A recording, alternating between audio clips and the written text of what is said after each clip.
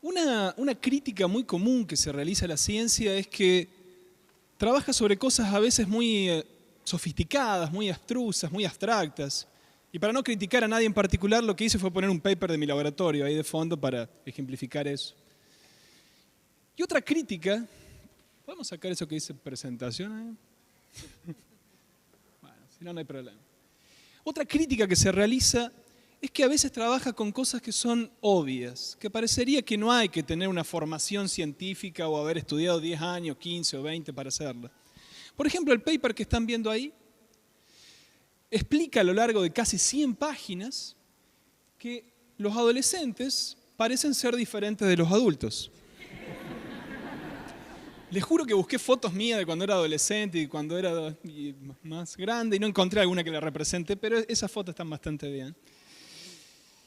Lo que yo quiero, uno de los objetivos que tiene la charla de hoy, es tratar de mostrar que la forma en cual la ciencia responde preguntas es tal que pasa ese nivel de obviedad y tiene un poder bastante interesante, particularmente a partir de hacer a las preguntas mucho más específicas, de reformularlas. Y esa pregunta que acabo de generar, de ¿son diferentes los adolescentes de los adultos?, se podría responder de diversas maneras. O se podría preguntar, perdón, de diversas maneras. La forma en la cual vamos a ver en los siguientes minutos es, ¿son diferentes los adultos y los adolescentes en relación a cómo responden a las drogas y particularmente al alcohol?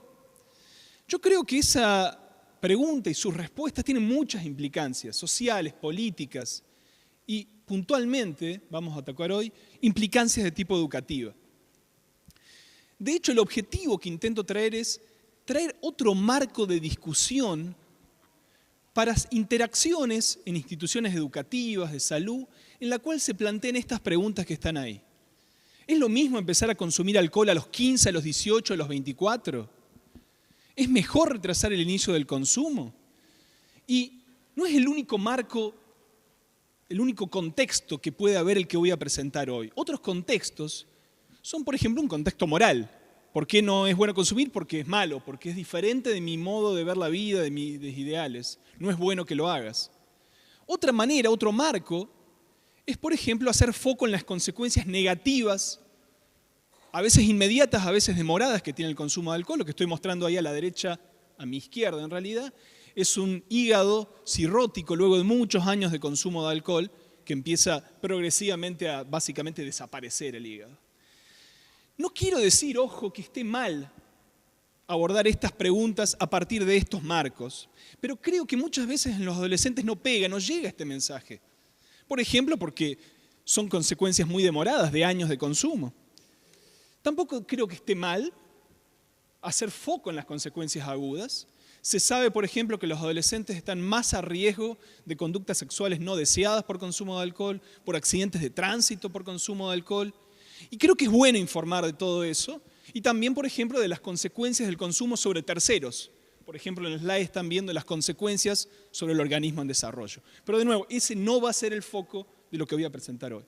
El foco de lo que voy a presentar hoy es que por ahí hay diferencias en la susceptibilidad a drogas que hacen que los adolescentes puedan entrar en autopistas, en lo que técnicamente se llama como trayectorias de consumo que van a llevar a abuso y dependencia, y que esas diferencias hacen que otras poblaciones, como los adultos, entren en autopistas de consumo controlado. Está clara el marco, el foco de la charla. Empecemos con un conjunto de trabajos que resumen, lo que voy a presentar es un cartoon, una animación que resume investigaciones hechas en humanos y en animales.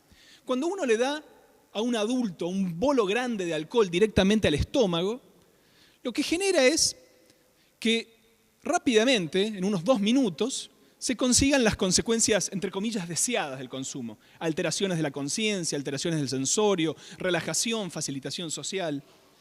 Sin embargo, en los adultos, rápidamente estos efectos desaparecen y son cambiados por lo que se conoce técnicamente como narcosis o sedación, el sueño, inducción de sueño. 1 hora después los adultos siguen dormidos, 2 horas después los adultos siguen dormidos, 4 horas siguen dormidos, y recién como a las 6 horas, estos son datos reales en ratas, se despiertan pero aún así con una fuerte resaca. En este caso vemos a este individuo que no sabe muy bien dónde está. Una fuerte resaca. Veamos qué pasa si hacemos lo mismo con los adolescentes. Cuando le damos el bolo de alcohol, de la misma manera que en los adultos, a los 2 minutos alcanzamos estos efectos, entre comillas, deseados. Una primera diferencia es que a los 15 minutos todavía persiste este efecto relativamente deseado de alteración de conciencia. Sin embargo, no es por siempre. A los 30 minutos el alcohol llega a pico y se induce el sueño. Y a la hora los adolescentes siguen durmiendo. El temita es que a las 2 horas, o sea, más de la mitad, duermen menos de la mitad que los adultos luego de recibir alcohol, los adolescentes ya están vivitos y coleando arriba y tienen mucha menos resaca que los adultos. ¿Cuál es la implicancia de esto? El sueño, la resaca, son todas barreras naturales que impiden el mantenimiento, continuación y escalada en el consumo.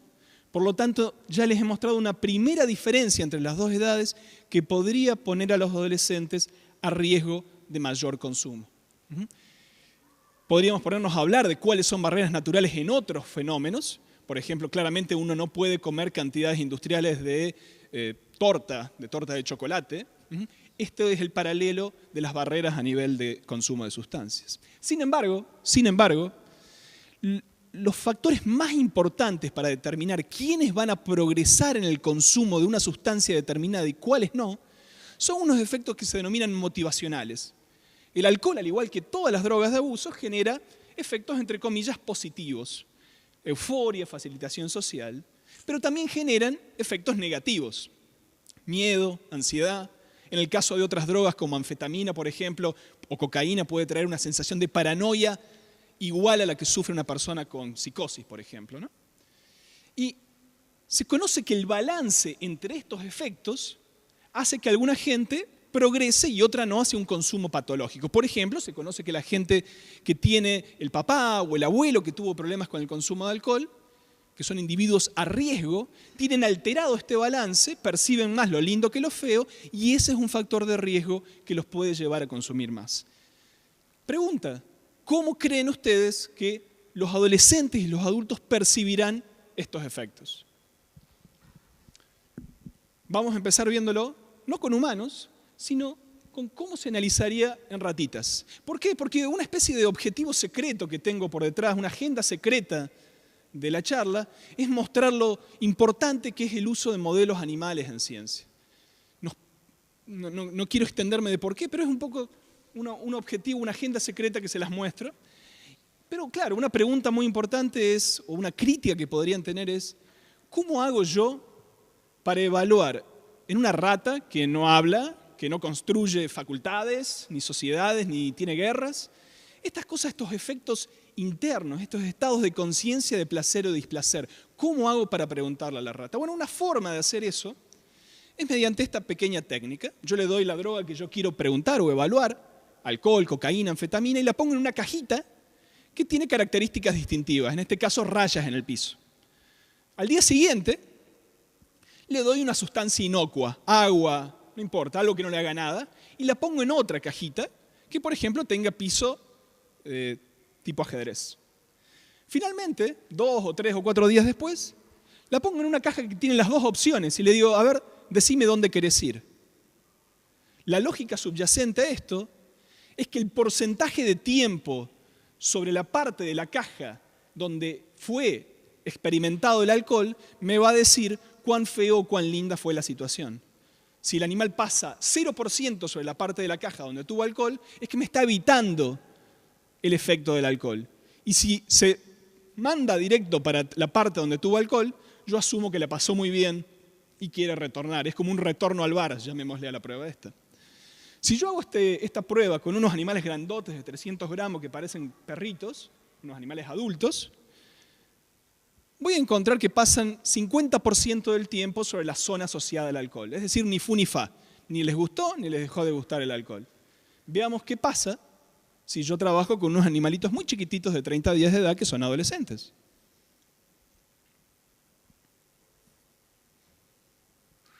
Pasan casi 90% del tiempo sobre la zona asociada al alcohol.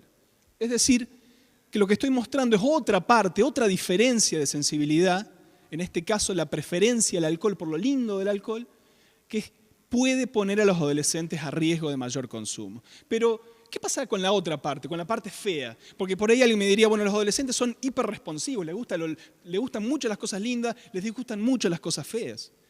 Una forma también de evaluar en animales lo feo de las drogas es darle una droga que uno cree que tiene algo feo, mientras consumen una solución de agua, de jugo, que sea nueva. Por ejemplo, en este caso, algo azucarado. Al otro día, si la droga tuvo un efecto feo, lo que voy a notar yo es que los animalitos empiezan a mostrarme los dientes, tiran para afuera lo que yo le estoy metiendo en la boca y ni lo quieren tomar. Es decir, me están mostrando una evitación de eso. Fíjense los adultos. Estos son ratas adultas. A medida que yo aumento la dosis de alcohol que está ahí, van tomando menos y menos y menos de la Coca-Cola, del azúcar que predice el efecto feo del alcohol.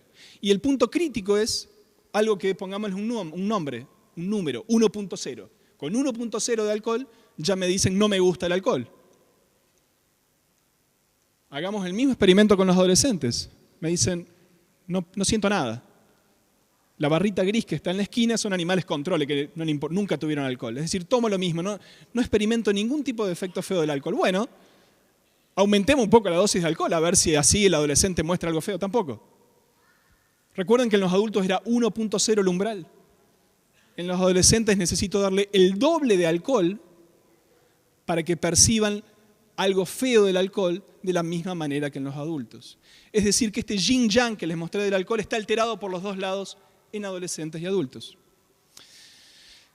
Bueno, el mensaje que quiero transmitir es que estas diferencias en el consumo, en la sensibilidad al alcohol, podrían explicar, por ejemplo, por qué la adolescencia tardía y la adultez temprana es la etapa de la vida con mayor probabilidad de ser dependiente del alcohol.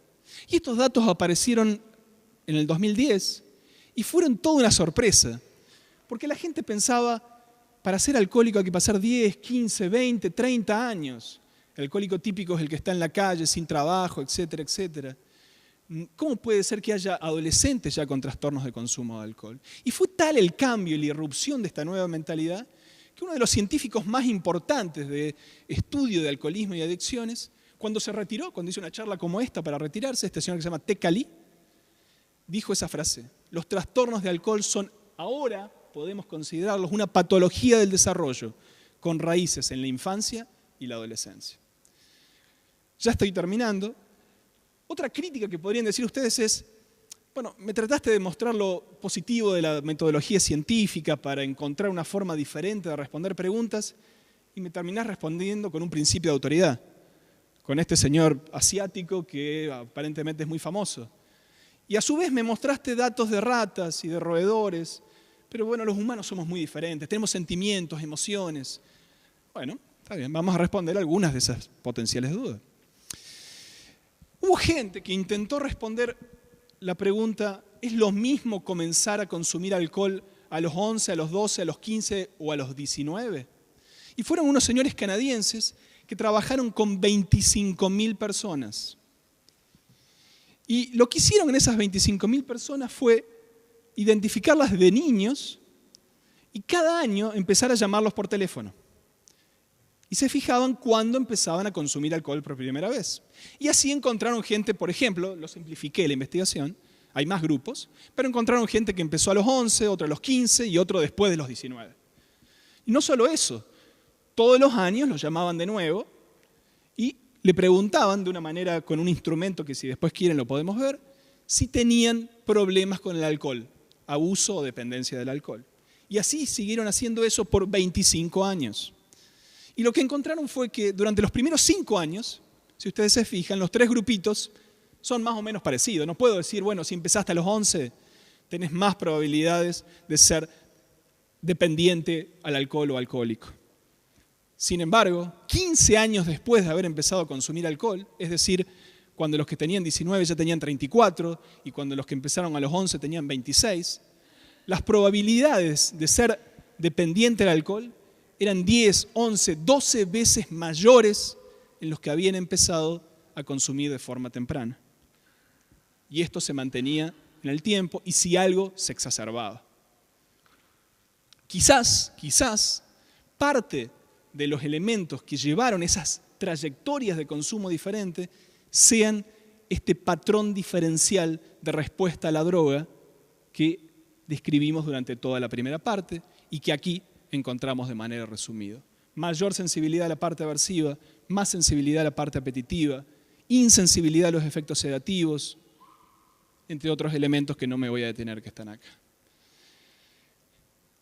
Entiendo que esto provee otro marco de valorativo para muchas cosas, para interacciones en ámbitos educativos, para proveer información a los jóvenes. En la charla previamente habíamos observado que cuando uno tiene información y puede decidir a partir de ella, es muy diferente que si la información cae directamente sobre uno. Y finalmente también sirve para informar a las políticas públicas y para entender que los esfuerzos del Estado y los esfuerzos de la sociedad para restringir el acceso a menores no son un capricho, no son una perspectiva fascista, sino que realmente tendrían un asidero bastante importante. Sencillamente mostrar a la gente que trabaja conmigo en el laboratorio, mucha gente, algunos son alumnos, otros son gente que me ha formado. Y bueno, eso fue todo por hoy. Gracias.